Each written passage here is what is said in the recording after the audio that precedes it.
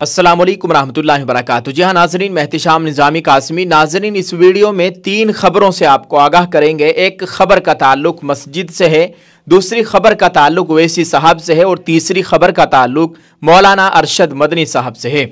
नाजरीन, पहली खबर की जानिब बढ़ते हैं। दोस्तों, आज उत्तर प्रदेश के फतेहपुर में 180 साल पुरानी नूर जामे मस्जिद को बुलडोज़र के ज़रिए शहीद कर दिया गया।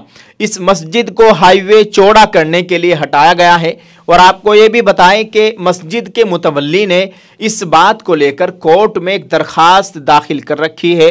उस दरख्वास्त पर 13 दिसंबर को सुनवाई होनी है, लेकिन आज सुनवाई से पहले ही 10 दिसंबर 2024 को बुलडोज़र के ज़रिए मस्जिद को मिस्मार कर दिया गया है।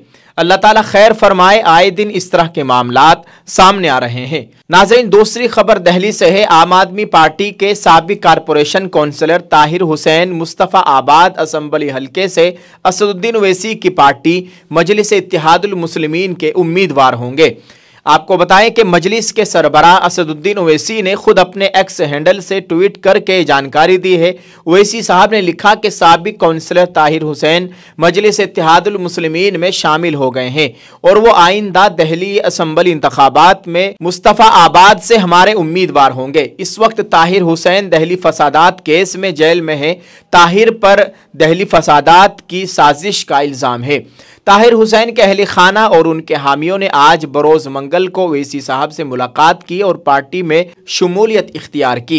आपको बताएं कि ताहिर हुसैन 2017 में मुस्तफ़ा आबाद के नेहरू विहार वार्ड से आम आदमी पार्टी के टिकट पर काउंसलर मुंतखब हुए थे। इसके बाद ताहिर हुसैन पर फरवरी 2020 में दिल्ली फसादात की साजिश का इल्ज़ाम लगा और उन्हें दिल्ली पुलिस ने गिरफ्तार कर लिया। इसके बाद ताहिर हुसैन को आम आदमी पार्टी ने अपनी पार्टी से निकाल दिया था।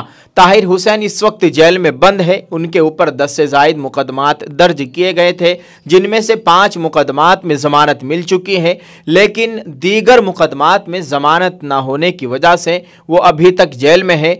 अब ताहिर हुसैन जेल से ही विधानसभा के इलेक्शन लड़ेंगे मजलिस इत्तेहादुल मुस्लिमीन के टिकट पर।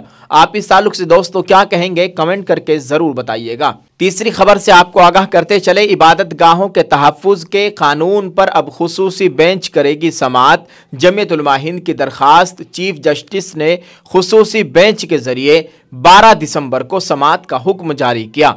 नाजरीन, संभल सानिहा और अजमेर दरगाह पर हिंदुओं के दावे के पस मंज़र में जमीयत उलमा हिंद की जानिब से इबादत गाहों के तहफ़्फ़ुज़ के कानून के ताल्लुक से दाखिल पेटिशन पर 12 दिसंबर को दोपहर 3:30 बजे चीफ जस्टिस ऑफ इंडिया की सरबराही वाली 3 रुकनी खुसूसी बेंच समाअत करेगी। इस बेंच में जस्टिस संजय कुमार और जस्टिस के.वी. विश्वनाथ होंगे। गुज़िश्ता समाअत पर वक्त की तंगी की वजह से चीफ जस्टिस ऑफ इंडिया ने समाअत मुलतवी किए जाने का हुक्म जारी किया था। वाज़ेह रहे कि एडवोकेट और निकाड एजाज मकबूल की जानिब से तहरीर करदा खत की रोशनी में चीफ जस्टिस ऑफ इंडिया ने इस अहम मुकदमे की समाअत खुसूसी बेंच के रूबरू किए जाने का हुक्म जारी किया है। इबादत गाहों के तहफ़्फ़ुज़ के कानून की बरकरारी और इसके मौसर निफाज को लेकर सुप्रीम कोर्ट ऑफ इंडिया में सदर जमीयत उलमा हिंद मौलाना अरशद मदनी की हिदायत पर दाखिल पेटिशन पर सीनियर एडवोकेट बहस करेंगे। जमीयत के वकला इबादत गाहों के तहफ़्फ़ुज़ के कानून को चैलेंज करने वाली अर्ज़दाश्तों पर भी अदालत में अपने दलाइल पेश करेंगे। जमीयत उलमा हिंद के सदर मौलाना अरशद मदनी ने इसे एक उम्मीद अफजा पेश रफ्त करार देते हुए अपने एक बयान में कहा कि हमें यकीन है कि इंसाफ फिर से सरबुलंद होगा। उन्होंने कहा कि 1991 में कानून साजी जिस हालात में हुई थी वो आज के जैसे ही हालात थे। हर तरफ नफरत की आग लगाई जा रही थी और लोगों को कानून शिकनी पर उकसाया जा रहा था। चुनांचे इस कानून के ज़रिए मुनाफरत के इस दहाने को हमेशा के लिए बंद कर देने की कोशिश की गई थी, जो फ़िरका परस्त अनासिर ने मुल्क के अमन व अमान, इत्तिहाद और आपसी भाईचारे को आग लगा देने के लिए खोल दिया था।